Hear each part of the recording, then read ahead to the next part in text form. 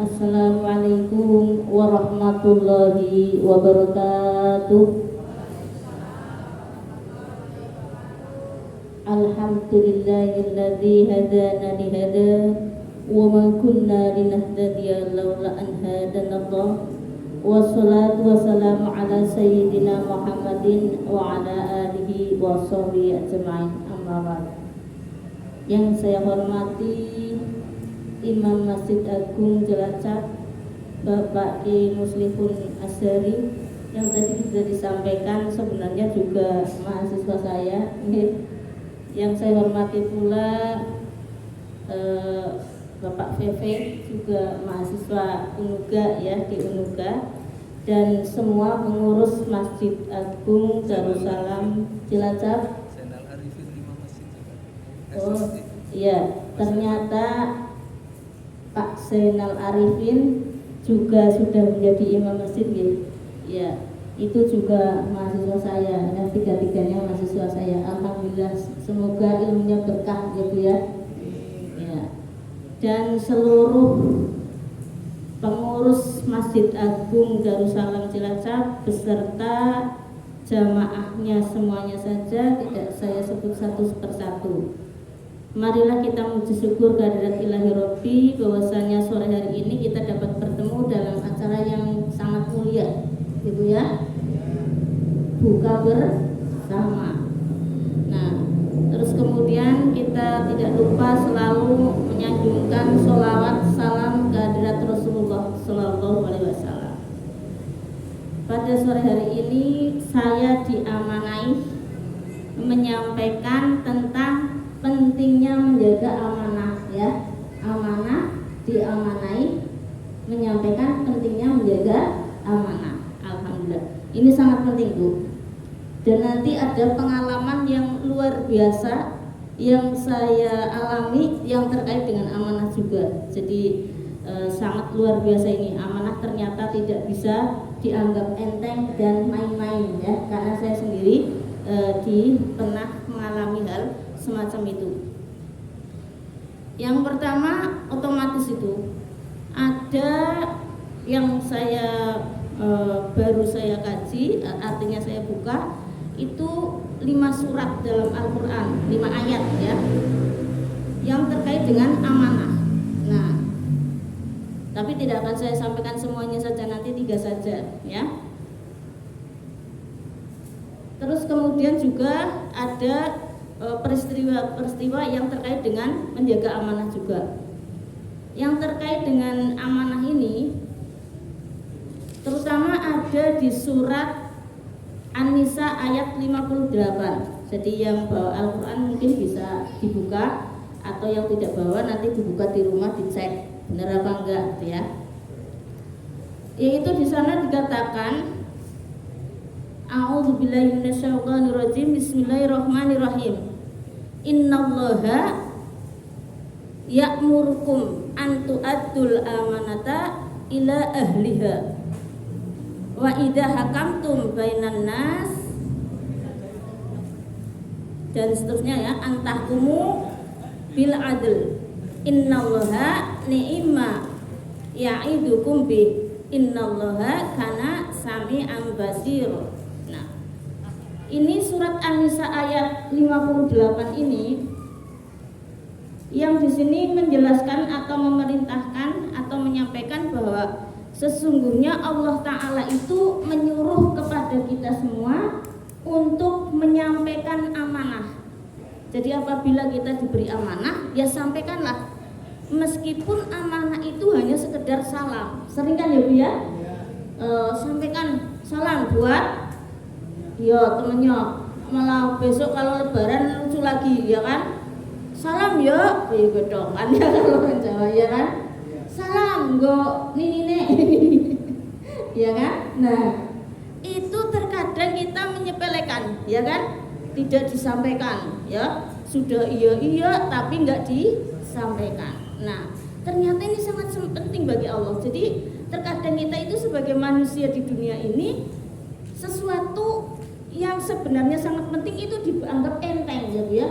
Seperti amanah, alah jangankan cuma salam, ya kan Bu? Pak, kadang-kadang kita diamanai ini tolong berikan parsel ini ya, misalkan lebaran ya, parsel ini ke anu, udah diabaikan, akhirnya parselnya busuk ya sampai tujuan. Nah itu namanya tidak amanah ya, padahal yang amanah itu harus menjaga dengan baik. Nah di sini di surat An-Nisa ayat 58 kisahnya begini, ada kronologi atau asbabun nusulnya, yaitu waktu itu ada peristiwa yang namanya Fathul Makkah, dibukanya kota Mekah. Artinya Mekah itu dulunya tempatnya orang musyrik, orang kafir Quraisy. Kemudian Rasulullah sampai diusir kan waktu berdakwah di situ. Nah, setelah sampai ke Madinah, Rasulullah sudah beberapa tahun di Madinah, kembali ke Makkah mau menunaikan haji dan umroh ya. Nah, mau menunaikan haji dan umroh, tapi karena di Madinah sudah banyak pengikutnya, maka orang-orang Quraisy itu sangat takut dengan banyaknya umat Islam. Nah, itu namanya dikatakan Fathul Makkah, karena Makkah itu dibuka untuk umat Islam, meskipun bukanya itu tidak sengaja atau terpaksa awalnya ya, karena ketakutan itu tadi tokoh-tokohnya. Nah, setelah dibuka Makkah, karena Rasulullah itu mau berhaji kan otomatis tawaf ya, tawaf di Masjidil Haram. Nah, ketika mau tawaf itu Rasulullah masuk dulu ke Ka'bah, melaksanakan sholat. Mau masuknya itu kuncinya masih dipegang oleh pemegang amanah yang memegang kunci Ka'bah, yang namanya di situ adalah Utsman bin Tolha ya, bukan Utsman bin Affan, tapi Utsman bin Tolha dari dari mana? Bani Abdidar, bukan Abdidar ya. Nah, ketika diberikan kunci itu sebagai amanah bagi orang Mekah, orang yang memegang kunci Ka'bah itu bukan orang bain-bain cara wong Jawane ya, betul-betul orang yang sangat dipercaya, dan dia itu turun-temurun sampai sekarang Pak, keturunan beliau. Nah, tapi karena Rasulullah waktu itu hanya meminta dan tidak mengatakan aku adalah Nabi, aku adalah Rasulullah, maka sama Utsman bin Tolha itu enggak diberikan. Nah, akhirnya sahabat Ali karramallahu wajhah agak memaksa, artinya agak memaksa terus meminta saja gitu kan. Nah, akhirnya kan terus diberikan dengan terpaksa.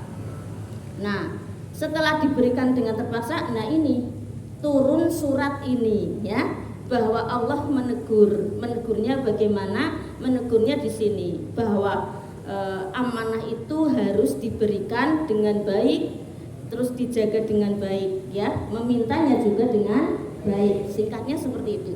Langsung setelah itu Ali karramallahu wajhah mengembalikan lagi kuncinya terhadap Utsman bin Tolha karena ditegur oleh Allah Subhanahu wa taala. Di situ berikan kepada ahlinya. Ahlinya siapa? Ya Utsman bin Tolha yang menjaga pintu Ka'bah. Lah setelah diberikan, Tolha tuh bilang gini, kamu tadi, kalau bahasa kita loh ya, kalau di sini sih nggak begitu kan bahasa Arab ya. Kamu tadi meminta dengan kasar atau dengan paksa, sekarang memberikan dengan lembut. Maksudnya cara Jawane ya, alah iki kowe maksa aku njaluk kan gitu ya. Njaluk kunci siki gari rayu-rayu ngewehna dengan baik kan gitu cara orang Jawa ya. Nah, akhirnya terus Ali bilang dengan jujur, tadi Allah menegur kami menurunkan ayat ini. Nah, setelah itu Utsman bin Tolha malah langsung syahadat. Masya Allah, begitu hebatnya Islam ya, tidak pandang bulu, meskipun dia itu masih musyrik, masih kafir, tetap dihormati karena memegang amanah. Nah, maka kemudian bersyahadat. Itulah asbabun nuzul surat An-Nisa ayat 58. Nah, ini memegang amanah. Terus kemudian ada Pak, dulu di zamannya ini kan zamannya Rasulullah ya. Zaman orang Jawa juga ada kisah tentang amanah ini. Maksudnya biar mantep ya menjaganya, jangan ngawur. Di orang Jawa itu dulu ada kisah huruf Jawa. Panjenengan orang Jawa kan bukan? Jawa. Paham huruf Jawa enggak? Enggak paham kan? Undel-undel kayak cacing ya. Nah, saya dulu diajari di SD jadi paham bisa baca tapi siki ya wis kelalen gitu ya. Nah, itu ada kisah. Kisahnya apa? Ketika pada waktu itu panglima atau rajanya itu memberikan perintah kepada pengawalnya ya, 2 pengawal. Nah, yang satu disuruh gini, ini senjata saya pegang ya, jangan sampai ada yang meminta diberikan selain saya. Yang satu ya. Lah kepada yang satunya beliau lupa, begitu lagi perang ya, nang medan perang. Ingat, kalau di kisah itu kalau nggak salah Aji Saka ya. Sana terhadap ini pembantu satunya, pengawal satunya, kamu ambil senjata saya ke ini ya, ke ajudan yang satunya. Akhirnya 2 orang bertemu. Yang satu kekeh tidak mau memberikan karena sudah diwanti-wanti, diamanai, pokoknya ini senjata jangan sampai diberikan kepada siapapun selain kepada saya, kan gitu. Tapi yang satu malah disuruh mengambil atas nama beliau. Nah, cuma tidak bilang dan tidak memberikan ya surat kuasa atau semacam stempel atau apa. Zaman dulu kan stempel ya, kalau zaman kerajaan ini stempelku bawa, nanti sampai sana bilang dari saya, berani segitu. Nah, akhirnya apa Pak? Akhirnya betul-betul di situ saling mempertahankan, sama-sama kuatnya, sama-sama hebatnya. Makanya di situ Hono Coroko, artinya ada cerita, ono cerita kan ya. Doto Sowolo ya, artinya apa? Ada utusan, 2 utusan ya. Nah, utusan itu saling kekeh. Lah saling kekehnya karena sama-sama saktinya podo joyonyo, sama-sama jaya, sama-sama menang. Nah, tapi setelah sama-sama menang, ternyata akhirnya karena apa itu enggak selesai perangnya atau bertengkarnya, maka mogo botongo, pada mati semua jadi batang ya. Itu ya, itu kisah menjaga amanah. Nah, kenapa di situ? Nah, ini kita masuk ke menjaga amanah. Ini dua-duanya sudah benar ya Pak, menjaga amanah. Yang keliru siapa? Yang memberikan amanah. Ternyata amanah itu juga harus dua-duanya, baik yang memberikan amanah maupun yang menjaga atau yang menerima amanah, harus dua-duanya, harus amanah ya. Jadi kalau sampai terjadi yang satunya tidak amanah, rusak ya kan. Memberikan amanah tapi orang pas, jadi akhirnya mana gelut ya, sampai meninggal. Itu kisah. Walaupun kisah itu bener apa enggak tahu ya, tapi kayaknya bener. Soalnya apa? Itu zaman-zaman kerajaan dulu dan sampai ditetapkan ya sebagai huruf Jawa. Untuk apa? Akhirnya karena sangat menyesal ya, Aji Saka ini mengaranglah huruf Jawa. Itu seperti itu kisahnya. Nah, ini berarti kisah menjaga amanah memang harus betul-betul dijaga. Nah, maka kemudian di sini Pak ada ayat lain, yaitu ya ayyuhalladzina amanu tahunullaha wa rasul wa tahunu amanatikum wa antum ta'lamun. Ya, yang artinya di sini, wahai orang-orang yang beriman, janganlah engkau sekalian mengkhianati amanah dari Allah dan Rasulnya, dan juga berikanlah amanah dirimu atau keluargamu. Artinya itu menjaga amanah diri sendiri dan keluarga, tidak hanya amanah yang dari Allah dan dari Rasulullah. Amanah dari Allah siapa? Ya contoh ya, misalnya apa kayak Pak VV ya, insya Allah ini tak doain ya, sebentar lagi jadi sarjana lah ya. Jadi tadi kan katanya lagi sempat mandek, tapi kan sebentar lagi insya Allah proses skripsi kan gitu ya. Nah, beliau diamanai oleh umat Islam di Cilacap untuk menjadi pengurus Masjid Agung Darussalam. Ini nggak main-main loh Pak. Wah keren ya, pengurus Masjid Agung Cilacap. Tapi jangan dipandang kerennya aja, tapi di situ bahwa ini adalah amanah yang sangat berat, yaitu amanah minallah, bahwa ini adalah Baitullah, masjid Allah. Jadi bagaimana bisa menjadikan masjid ini makmur, ya kan? Terus kemudian bagaimana masjid ini bisa berjalan sesuai dengan ajaran Islam dan lain-lain. Ternyata sampai segitu, ya. Kalau yang namanya Allah dari amanah dari Allah contohnya. Nah, yang Rasul juga begitu.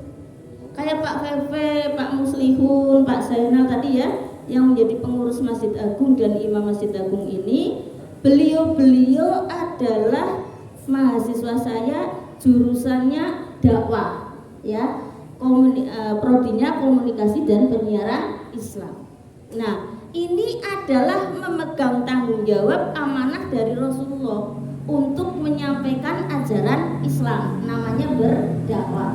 Seperti saya kali ini, saya tidak boleh ngomong sembarangan, ya kan?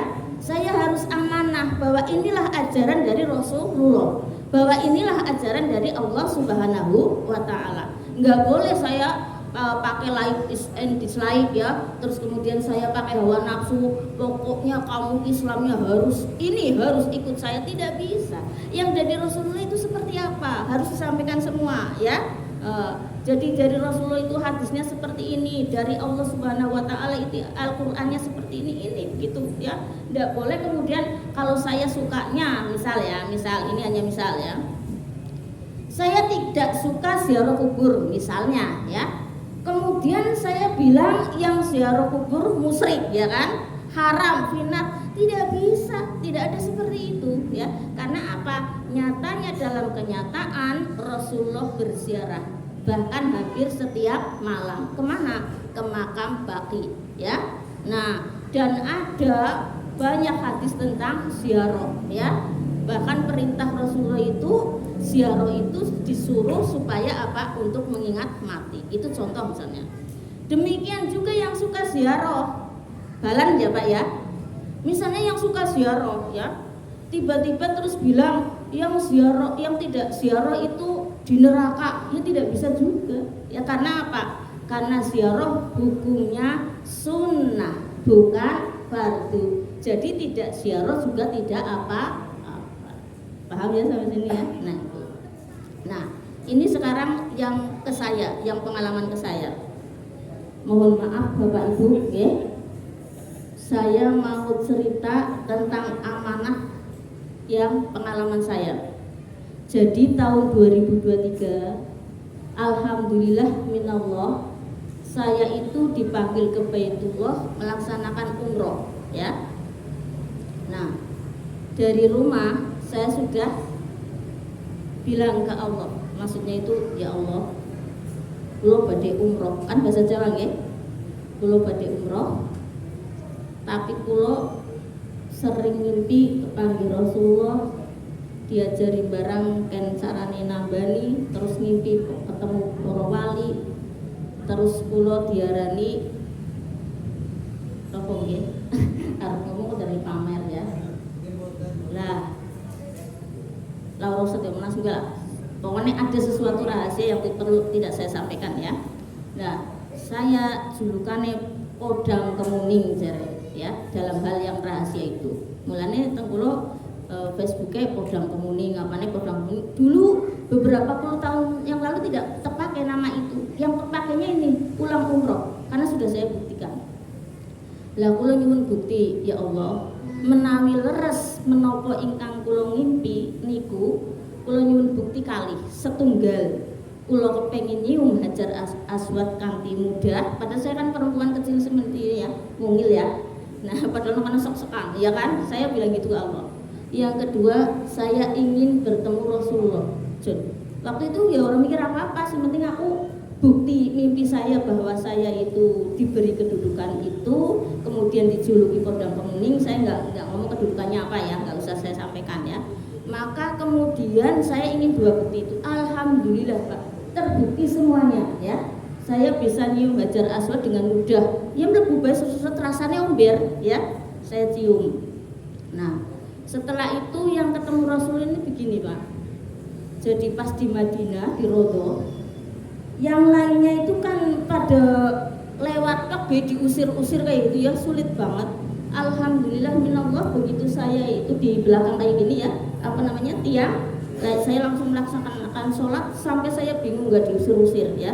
Nah, sholat hajat sudah, sholat duha sudah, sholat mutlak sudah, akhirnya saya duduk baru ta'al berdiri pergi, terus aku pergi. Nah, tapi dari situ sudah sampai ke Rodo, sudah di makam Rasulullah, sudah sholat sampai 16 rakaat kayaknya, karena semua terlakoni sing apa sunah-sunah siang ya. Kok nggak ketemu Rasulullah? Akhirnya saya ngomong sendiri sambil jalan dari Masjid Nabawi itu ya. Kula mboten ketemu Rasulullah, berarti nggih ngimpi kula mboten leres. Anjane kula yen wong biasa. Kula ngoten nggih. Lah, nggak taunya Pak, Masya Allah. Saya tuh Masya Allah. Jadi saya ceritakan ini, saya bukan berniat riak ya, apalagi takabur, naudzubillah min dzalik. Saya hanya ingin menyampaikan bahwa terkait nanti dengan amanah. Satu itu ya. Kedua, saya tahadus bin nikmah, karena saya itu merasa sangat bahagia bisa ketemu Rasulullah. Ibaratnya nyong sapa, kan gitu ya, nyong wong bodoh, wong dan sebagainya. Kan kok bisa ngasih ketemu gitu. Ketemu ceritanya begini. Saya sambil pulang jamaah itu, lah berarti kula nggih anu sanes niku. Berarti kula nggih mimpinnya bukan temenan. Ternyata apa Pak? Saya lagi mau makan itu ya. Di mana tuh? Di tempat prasmanan itu. Setelah itu ada seorang laki-laki, ya Allah Masya Allah, saya sampai temenan, gagah temenan, persis yang di kitab Al-Barjandi. Gagah kuda dhuwur ya, putih bersih, tapi udah putih sing kaya wong barat. Wajahnya pokoknya gagah banget lah, matanya dan sebagainya, terus rambutnya, jenggotan juga, tapi jenggotnya ternyata nggak panjang Pak. Jadi jenggotnya Rasulullah segini dong, nempel dok, jenggot yang nempel ya, bukan yang panjang kayak gini ya. Memang karena memang beliau berjabang dari sini ke sini ya, ini agak segini ya, udah kayak gitu, pakai kain ihram. Tapi waktu itu saya nggak tahu kalau itu Rasulullah, baunya harum luar biasa ya. Beliau pakai kain ihram, terus jalan masuk ke ruangan. Saya sendirian di sini mau ambil makanan ya, untuk makan siang sendirian, temennya belum ada yang masuk. Sudah seperti itu, harum sekali, saya bingung nih, ini gagah temen ya. Kemarin di sebelah sana ada orang luar ya, yang bukan orang Indonesia, kan bersebelahan. Ini tempat prasmanan orang Indonesia, ini tempat prasmanan orang luar itu, orang Turki atau orang mana. Kok nggak ada yang segagah itu? Wong Arab ya nggak kayak gitu ya, orang Turki ya nggak kayak gitu, pokoknya beda. Kalau saya boleh gambarkan, itu badannya itu seperti film Samson yang dari barat itu, tinggi besarnya seperti itu. Tapi kalau yang mirip banget, maksudnya orang banget mirip sama beliau, ada keturunannya, nanti bisa di browsing di YouTube ya, namanya Sayyid Muhammad Amin ya, di YouTube itu mirip, karena ternyata beliau adalah keturunan Rasulullah. Sudah masuk bau harum kayak gitu, lah aku ya orang ngeh, ujarku lambu sapa gue, wong Irak kudu, wong Turki kudu, gagah temen ya, aku meneng baik. Malah ke meja saya sudah meletakkan nasi, mau ngambil air minum, lah beliau ke meja saya bingung. Aduh, di mejaku, aku malu sih kalau makan sama laki-laki kan gitu ya. Tapi kalau aku mau permisi, mbok beliau tersinggung kan itu, terus aku alah nanti gampang. Aku madep sini lagi kan, ngambil itu minuman, sudah hilang, nggak ada. Nanti dulu, setelah hilang nggak ada, jadi datangnya juga saya nggak tahu masuk ke ruangan jalan gitu ya. Hilang nggak ada, terus saya gini, alhamdulillah udah pergi. Artinya saya ngertinya pergi, ya kan? Saya lihatnya itu manusia sih kan gitu, jalan biasa. Setelah saya mau makan kayak ini Pak, tahu-tahu di sebelah kanan saya gini lagi ada lagi, saya itu ya ini ngene maning, maksudnya aku kan bingung ya, aku arep makan kok ngene maning kan bingung kok uli matur kepripun kan gitu. Lah baru saja saya melihat dari sini sampai ke sini, saya jadi ingat betul ya, mau takdir lagi kayak gini hilang selang. Nah ini hilang temenan. Kalau tadi kan saya ngertinya datang dan pergi, kalau ini hilang temenan dong. Baru lihat sini terus hilang itu, ding hilang. Terus aku kan bingung, priwe sana langsung gini Pak, di salam singgo aku. Nah ini amanahnya di sini, di salam singgo aku. Karena apa? Ketika saya mau jamaah ke Masjid Nabawi, ada teman umroh sekamar saya bilang ke saya, Mbah ora usah jamaah ya, karena panas banget duhur, Mbah juga tindake angel, engko mbok aku malah keri. Iya, mana salam go Kanjeng Nabi kan gitu, mbah-mbahnya itu. Saya bilang gini, ya kayak gitu dok. Terus aku batin ning ati, lho jeneng dia ora insya Allah kok nggak aku kelalen priwe kan gitu. Saya ngomong sendiri dia di hati. Setelah itu terus saya Allah qadarku salam tok iki aku ora kelalen ora kan gitu ya. Ternyata saya lupa dari rodo dari sampai ke situ lupa, sehingga Rasulullah nagih endi salam singgo aku. Lah sampai di situ saya langsung nangis Pak, langsung tergledakna mamel, ya Allah antar Rasulullah, nangis tenanan saya, ya Allah antar Rasulullah, assalamualaikum ya Rasulullah, assalamualaikum Mbah Jarni ya Rasulullah, assalamualaikum. Pokoknya nangis tenanan. Oh jebane iki mau Rasulullah. Lah angger ngerti kuwi Rasulullah mesti tercium astane gitu. Lah orang ngerti. Lah kenapa saya mantep itu Rasulullah? Satu, yang tahu antara Mbah Jarni itu mbah yang umroh sama saya kasih salam cuma 2 orang ya. 2, ciri-cirinya seperti Rasulullah, harum dan semuanya. 3, setelah saya pulang ke tanah air, saya tanya ke suami saya, apa Rasulullah bisa bahasa Jawa? Tadi ya. Terus kata suami saya, ya Rasulullah ya semua bahasa tahu. Wong Nabi Adam juga semua bahasa tahu. Jadi oh pantesan ke saya pakai bahasa Jawa kan gitu ya. Lah terus yang keempat itu saya nggak sengaja saya bilang ke suami saya, jangan aku ketemu Rasulullah nang Madinah gitu ya. Terus kayak lah sebulan ya. Lah aku itu sambil pegang ini HP sambil lagi nonton YouTube, tahu-tahu selesai kelihatan ada Sayyid Muhammad Amin. Jadi akhirnya lagi ngobrol kayak gitu langsung kayak bilang, lah kayak gini mirip-mirip kayak. Nah, berarti kan memang Allah dan Rasulullah memberi kesaksian kepada saya itu benar-benar Rasulullah. Alhamdulillah. Tapi yang terkait dengan materi saya sore ini adalah terkaitnya dengan amanah. Tadi saya diamanai suruh menyampaikan salam kepada Rasulullah, saya lupa tidak menyampaikan, saya juga nggak bilang insya Allah, sehingga ditagih oleh Rasulullah. Itulah kesaksian saya bahwa ternyata amanah itu memang sangat penting. Jadi hati-hati Ibu ya. Nah hati-hatinya 2 arah, baik yang memberikan amanah maupun yang diamanai. Jadi dengan aja wani-wani, ajak kepenak-penak baik titip salam ya. Contoh titip salam ya nggo mbahmu padahal mbahe angel ketemune kan melasi sing dititipi gitu. Nah mulane mau titip sesuatu juga hati-hati yang dititipi apa lagi gitu. Kalau memang nggak mampu mohon maaf ya, kayaknya saya nggak sempat deh sampai ke sana kan gitu ya. Atau ya insya Allah saya mau berusaha sekuat tenaga, tapi mohon maaf nanti apabila saya tidak bisa kan gitu ya. Terus insya Allah itu yang terkait dengan bagaimana saya sampai ditegur yang terkait dengan amanah hanya menyampaikan salam saja kan ya, cuma bilang gitu loh, salam ya bukan Kanjeng Nabi kayak gitu toh, cuma orang sampaikan lupa ya. Itu yang terkait dengan amanah. Terus kemudian di sini lagi ada juga di surat Al-Mu'minun ya, panjenengan banyak yang hafal ya, yaitu dikatakan di sana walladzina hum li amanatihim wa ahdihim ra'un ya. Di surat Al-Mu'minun kan itu ada. Jadi termasuk orang-orang yang ayat pertamanya kan qad aflahal mu'minun alladzina hum fi sholatihim khoshi'un, kan itu ayat keduanya. Jadi ya, orang yang mau bahagia kelak antara lain siapa? Orang yang sholatnya khusyuk, kan itu. Terus nanti yang di ayat selanjutnya itu ada yang tidak suka berburu apa Pak? Lelahan ya, tidak suka membuang-buang waktu, kan gitu maksudnya. Lah ini yang ujungnya tadi alladzina hum li amanatihim wa ahdihim ra'un.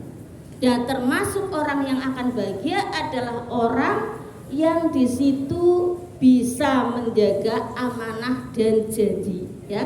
Karena apa? Janji juga begitu Pak. Jangan main-main janji yang esuk pokoknya nyong ngene. Enggak boleh, ya. Kalau memang mau berjanji, insya Allah besok saya mau kesini, insya Allah. Tapi insya Allahnya jangan insya Allah yang Jawa ya. Iyalah insya Allah aku mangkat, tapi berarti nyong arep ora mangkat ya. Jadi kuli insya Allah wis niat arep ora mangkat. Keliru. Harusnya kalau insya Allah ya niat betulan mau berangkat, kan gitu. Nah itu yang terkait dengan yang janji, kan gitu ya. Apalagi di dalam hadis-hadis lain kan ada ya Pak, di situ bahwa ada ciri-ciri yang di situ orang-orang yang termasuk orang munafik ya kan, yaitu antara lain apa? Kalau diamanai berkhianat ya kan, jadi tidak amanah khona ya kan, ketika diamanai dia berkhianat, antara lain kan itu. Nah berarti kalau kita suka berkhianat termasuk orang munafik, dia tidak suka tidak membayar atau tidak menyampaikan amanah ya. Terus bahkan ada idah hadasa kadzaba, kalau ngomong melongguni ya kan, wis ngomong doktok sekurete ya bulan Ramadan, oh yakin lah pokoknya aku ini perlu dewek semata-mata, padahal ora. Waduh bahaya itu ya. Karena apa? Mata, hati ya, terus kemudian lisan, telinga, semuanya akan ditanya amanahnya. Tadi ya, ra'un ya, akan bagaimana kita menjalankan amanah tersebut, bagaimana kita memimpin amanah tersebut. Itu amanah yang kedua kepada Rasul. Yang terakhir ya, yang ketiga, amanah kepada diri sendiri tadi ya. Itu apa? Banyak sekali ya. Kita diamanai ya untuk menjaga diri ya, contohnya tubuh kita ya Pak. Tubuh kita amanah loh Pak. Kita sudah diciptakan seganteng ini, sekeren ini, secantik ini ya. Bagaimana kita bisa menjaga ya? Jangan malah wis ganteng-ganteng nangkene disogi. Ya pokoknya di Kroasia apa ya, di tako. Jangan ya. Yang perempuan juga gitu ya. Wis ayu-ayu dadakan irungnya ditembel karo bokong ya. Maksudnya daging bokong kan ya. Lah Masya Allah, naudzubillah ya. Ada loh ya, orang artis itu 1 miliar hanya untuk ini, membuang apa ini namanya, lemak perut ya. Jadi perutnya men keton langsing, men kayak cewek maning ya, dibuang ini lemak perutnya 1 miliar maring Cina. Aduh ya, wae kena maring gongku sih ya, gong dadani masjid main kan itu ya. Tidak akan bagus itu, kan apa? Jasad kita itu hanya akan dimakan cacing tanah ya. Justru yang paling penting adalah bagaimana amanah hati ya, ruh ya, hati, ruh, pikiran itu ya. Karena apa? Innallaha yanduru ala qulubikum wala yanduru ala suwarikum. Allah itu memandang hatimu, tidak memandang wajahmu ya. Jadi orang salah nang kono dipermak ya, ana sulam apakah jenengane bibir ya, bibirnya didoerna, lho bibirnya sampai kapit didoer-doerna kan gitu ya. Iya kan ya, terus naudzubillah ya, malah anak artis sing ujar-ujare merasa keton tua terus ben keton nom operasi plastik sewajah siki malah kayak nini pelet ya. Ana lho ya, wajahnya tenang jadi tak bilang ya mungkin malah si temen pengen ayu malah kayak nenek sihir kan gitu ya. Tapi dia orang rasani sebab apa? Nek rasani Aku nih udah kena ya kan, artisnya kayak lu jenengane ora aku kan ngomong anak artis yang begitu ya, jadi orang rasani. Sudah berapa menit? Takutnya mbok kebablasan. Ya? Masih lama? Ya, kalau masih lama, ini terkait dengan amanah, saya teruskan nanti atau bisa dibuka dialog juga boleh ya. Itu bahwa ya gitu ya, amanah ya. Jasad kita itu mau apa namanya?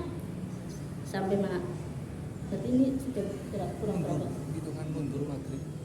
Oh berarti udah selesai sekarang ya? Belum. Oh, 12 menit lagi. Oh 12 menit ya. Jadi begitu ya. Jadi ya, terutama ibu-ibu ini Bu, orang usah merasa cantik Bu.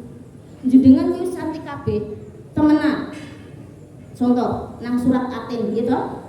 Wattini wazaitun watu risinin, ya kan?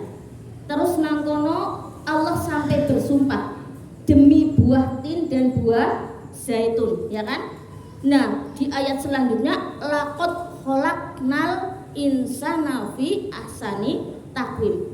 Allah itu mau mengatakan bahwa menciptakan manusia dalam kondisi yang sempurna, sampai untuk memantapkannya Allah itu bersumpah demi buah zaitun dan buah tin, ya. Jadi kita itu sudah sempurna, ya. Kalau nggak percaya, mari kita pikir bersama.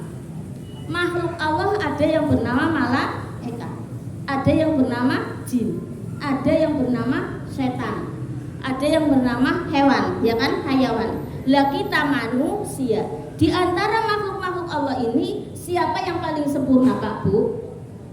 Manusia. Karena apa? Malaikat tidak punya nafsu.